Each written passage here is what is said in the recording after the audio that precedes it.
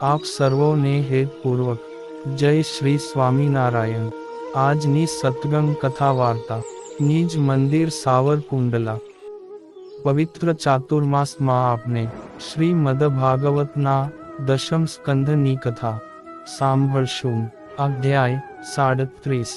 શ્રી શુકદેવજી બોલ્યા, હે રાજન, કંસે કેશી દૈત્યને મોકલ્યો, એટલે તે મોટા ઘોડાનું રૂપ લઈ ખરી ઓથી પૃથ્વીને ખોદતો મન જેવા વેગ વડે નંદના વ્રજમાં પહોંચ્યો। એ દૈત્ય પોતાની કેશવાળીના ઝાટકાઓથી આકાશમાં વાદળાં અને વિમાનોની ભીડને વિખેરી નાખતો, વાદળાં અને વિમાનોથી આકાશને સાંકડું કરી હણહણાટથી સર્વને ભય ઉપજાવતો હતો। તેના નેત્રો વિશાળ, મુખ કોતર જેવું ભયંકર અને ગળું ઘણું મોટું હતું। શ્યામ વર્ણી મોટા મેઘ જેવો તે જણાતો હતો। તેનો આશય દુષ્ટ હોઈ કંસનું હિત કરવાની ઈચ્છાથી નંદના વ્રજને કંપાવતો તે ગયો। હણહણાટોથી પોતાના ગોકુળને ત્રાસ આપતા, પૂંછડાના વાળથી મેઘમંડળને વિખેરતા અને યુદ્ધ માટે પોતાને શોધતા તે દૈત્યને ભગવાને સામે જઈ બોલાવ્યો। એટલે તેણે સિંહ જેવી ગર્જના કરી। પછી શ્રીકૃષ્ણને જોઈને મુખ વડે આકાશને પી જતો હોય તેમ મુખ પહોળું કરી તેમની સામે ગયો। જીતવા મુશ્કેલ એવા તે દૈત્ય અત્યંત કોપાયમાન થઈ બીજાઓથી ન જીતી શકાય એવા પ્રચંડ વેગથી કમળ નયન શ્રીકૃષ્ણને બંને પગથી લાતો મારી। પણ ઇન્દ્રિયોનું જ્ઞાન જેમને પહોંચતું નથી એવા ભગવાને તેની લાતો ચૂકવી દઈ તેના પાછલા બંને પગ બંને હાથથી પકડી ક્રોધથી તેને ખૂબ ફેરવી ગરુડ જેમ સર્પને ફેંકી દે તેમ તેને તિરસ્કારપૂર્વક 100 ધનુષ્ય દૂર ફેંકી દઈ પોતે ઊભા રહ્યા। પછી તે ભાનમાં આવ્યો ત્યારે ફરી ઊભો થઈ મોઢું ફાડી વેગથી શ્રીકૃષ્ણ સામે દોડ્યો। એટલે ભગવાને પણ હસીને સર્પને જેમ દરમાં પેસાડી દે તેમ પોતાનો ડાબો હાથ તેના મુખમાં પેસાડી દીધો। કેશીએ ભગવાનના તે હાથને ચાવી જવા દાંતથી સ્પર્શ કર્યો, એટલે તપેલા લોઢાને દાંતથી સ્પર્શ કરનારનો દાંત જેમ પડી જાય તેમ તેના દાંત પડી ગયા। ભગવાનનો હાથ પણ જેમ બેદરકારીથી જળોદર રોગ વધી પડે તેમ તેના દેહમાં જઈ અત્યંત વધવા લાગ્યો। એ રીતે વધતા શ્રી કૃષ્ણના હાથથી તેનો શ્વાસોચ્છ્વાસ રૂંધાઈ ગયો, તેમ પગ પછાડવા લાગ્યો, તેના શરીરમાં પરસેવો આવી ગયો, તેની આંખો ફરી ગઈ અને વિષ્ઠા કરતો તે પ્રાણરહિત થઈ પૃથ્વી પર પડ્યો। પછી પાકેલી કાકડીની પેઠે મોઢાથી છેડા સુધી ચિરાઈ જઈ પ્રાણરહિત થયેલા તેના શરીરમાંથી મોટી ભુજાવાળા ભગવાને પોતાનો હાથ ખેંચી કાઢ્યો। એમ વિના પ્રયત્ને શત્રુનો નાશ કર્યો છતાં ભગવાન કૃષ્ણ તો ગર્વરહિત જ રહ્યા। તે જોઈ આશ્ચર્ય પામેલા દેવોએ પુષ્પવૃષ્ટિ કરી તેમની સ્તુતિ કરી। પછી હે રાજા, ભક્તોમાં શ્રેષ્ઠ દેવર્ષિ નારદ ઉત્તમ કર્મ કરનારા શ્રી કૃષ્ણની પાસે જઈ એકાંતમાં આ પ્રમાણે કહેવા લાગ્યા। નારદજી બોલ્યા, હે કૃષ્ણ, હે કૃષ્ણ, હે અમાપાત્મા, હે યોગેશ્વર, હે જગતના ઈશ્વર, હે વાસુદેવ, હે સર્વના નિવાસ સ્થાન, હે યાદવ શ્રેષ્ઠ, હે પ્રભો, લાકડામાં જેમ અગ્નિ રહે છે તેમ આપ એક જ ગૂઢરૂપે સર્વ પ્રાણીઓમાં આત્મ સ્વરૂપે રહેલા છો। એ પ્રાણીઓ પોતાનામાં જ આપને જોઈ શકતા નથી, કેમ કે આપ બુદ્ધિની અંદર પણ રહેલા સર્વના સાક્ષી જોઈ શકાતો નથી। મહાપુરુષને મર્યાદિત બુદ્ધિવાળા જાણી શકતા નથી અને સર્વના ઈશ્વર નિયંતા અર્થાત ઈશ્વર વિના પરતંત્ર જીવોની પ્રવૃત્તિ ઘટે નહીં. સત્ય સંકલ્પવાળા આપે પ્રથમ કેવળ પોતાનો જ આશ્રય કરી સ્વતંત્રપણે માયા શક્તિથી સત્વાદી ગુણોને ઉત્પન્ન કર્યા હતા અને તે ગુણો વડે આ જગતને આપ ઉત્પન્ન કરો છો, સંહારો છો તથા પાળો છો, માટે આપ ઈશ્વર છો. આપ હમણાં રાજાઓના રૂપમાં રહેલા દૈત્યોનો પ્રમથો એટલે મહાદેવના અનુચરો કાશીરાજ વગેરે તથા રાક્ષસોનો નાશ કરવા અને ધર્મની મર્યાદાઓનું રક્ષણ કરવા અવતર્યા છો.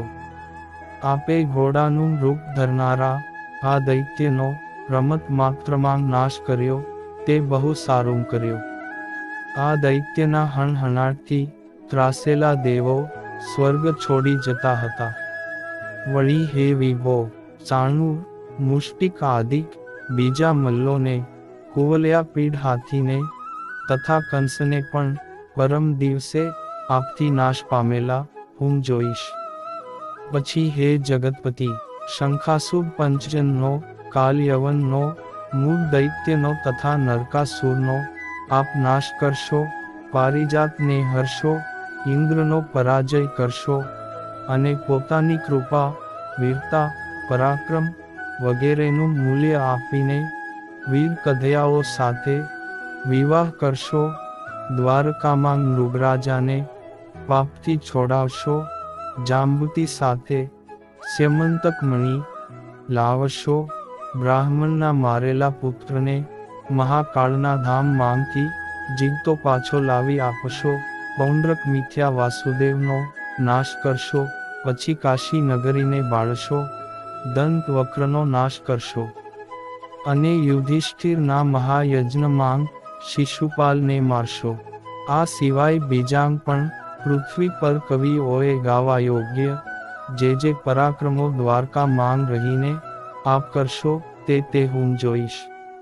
પછી આ પૃથ્વીનો ભાર દૂર કરનારા કાળરૂપ આપ અર્જુનના સારથી થઈ અક્ષૌહિણી સેનાઓનો નાશ કરશો તે પણ હું જોઈશ.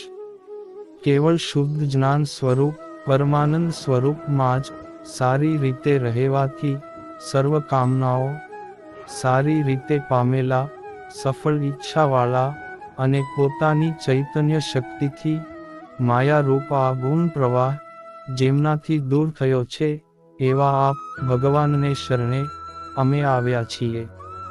આપ ઈશ્વર પોતાના જ આશ્રયવાળા, બીજાને વશ ન રહેનારા, પોતાને આધીન માયા વડે મહત્તત્વાદિક સર્વ વિશેષોને રચનારા અને ક્રીડા માટે હમણાં મનુષ્ય શરીર ધરનારા યાદવ શ્રેષ્ઠ, વૃષ્ણિ કુળ શ્રેષ્ઠ અને સાત્વત કુળ શ્રેષ્ઠ આપને હું પ્રણામ કરું છું. શ્રી શુકદેવજી બોલ્યા, હે રાજન, એમ ભક્ત શ્રેષ્ઠ મુનિ નારદ યદુપતિ શ્રીકૃષ્ણને પ્રણામ કરી તેમની આજ્ઞા લઈ તેમના દર્શનથી આનંદ પામીને સ્વસ્થાને ગયા. ભગવાન કૃષ્ણ પણ યુદ્ધમાં કેશી દૈત્યને મારી પ્રસન્ન ગોવાળિયા સાથે વ્રજને સુખ આપતા પશુઓનું પાલન કરવા લાગ્યા. હવે અહીં વ્યોમાસુરના વધનો પ્રસંગ કહે છે. કોઈને શંકા થાય કે નારદજીએ તો વ્યોમાસુરનો વધ જોયો ન હતો, તો અહીં વ્યોમાસુરના વધનો શો પ્રસંગ છે? આનો ઉત્તર આ છે કે રાત કાળમાં જ કેશી દૈત્યને માર્યો. પછી નારદજીનું કહેવું સ્વીકારી ફરી પશુઓનું પાલન કરતા ભગવાને વ્યોમાસુરને માર્યો હતો અથવા વ્યોમાસુરનો વધ પહેલા જ થયો હતો, તો પણ અહીં વેશધારીઓના વધનો પ્રસંગ છે, તેથી શુકદેવજી તેને અહીં વર્ણવે છે. વળી કેટલાક તો વ્યોમાસુરના આ વધને શંખચૂડના વધની પહેલાં જ દર્શાવે છે. એક દિવસે ગોવર્ધન પર્વતના શિખરો ઉપર પશુઓને ચારતા ગોવાળિયા ચોર અને ઘેટાંગોના પાલક થઈ છુપાઈ જવાની રમત રમતા હતા. હે રાજા, તે વેળાએ કેટલાક ગોવાળિયા ચોર, કેટલાક ઘેટાંગોના પાલક અને કેટલાક ઘેટાંગ થયા હતા. એમ તેઓ નિર્ભય થઈ રમતા હતા. તેવામાં મય દાનવનો પુત્ર મહામાયાવી વ્યોમાસુર ગોવાળિયાનો વેશ લઈ ત્યાં આવ્યો. અને તે રમતમાં લગભગ ઘણા ગોવાળિયાઓને હરી ગયો. તે મહાન અસુર ગોવાળિયાઓને લઈ જઈ પર્વતની ગુફામાં મૂકી ગુફાના દ્વારને શિલાથી બંધ કરતો, જેથી એમ થતાં છેવટે 4-5 જ ગોવાળિયા બાકી રહ્યા. સત્પુરુષોને આશ્રય આપનારા શ્રીકૃષ્ણ વ્યોમાસુરનું એ કર્મ જાણી ગયા. તેમણે ગોવાળિયાને લઈ જતા વ્યોમાસુરને સિંહ જેમ વરુને પકડે તેમ બળથી પકડ્યો. એટલે પકડાઈ જવાથી ગભરાયેલા બળવાન અસુરે મોટા પર્વત જેવડું પોતાનું સ્વરૂપ કરી પોતાને છોડાવવાની ઈચ્છા કરી, પણ તે છૂટી શક્યો નહીં. ભગવાને બંને હાથ વડે તેને પકડી પૃથ્વી પર પાડી આકાશમાં દેવોના દેખતાં પશુને મારે તેમ ગુંગળાવીને મારી નાખ્યો. પછી ગુફાનું ઢાંકણું તોડી ગોવાળિયાઓને દુઃખમાંથી બહાર કાઢી દેવો અને ગોવાળિયાઓથી સ્તુતિ કરાતા ભગવાને પોતાના ગોકુળમાં પ્રવેશ કર્યો. ઇતિ શ્રીમદ ભાગવત મહાપુરાણના દશમ સ્કંદ પૂર્વાર્ધ ને વિશે 37મો અધ્યાય સમાપ્ત. ને હવે પછીની કથા વાર્તા આપને આગળના ભાગમાં સાંભળશું. અત્યારે આપ સર્વોને ભાવથી જય શ્રી સ્વામિનારાયણ.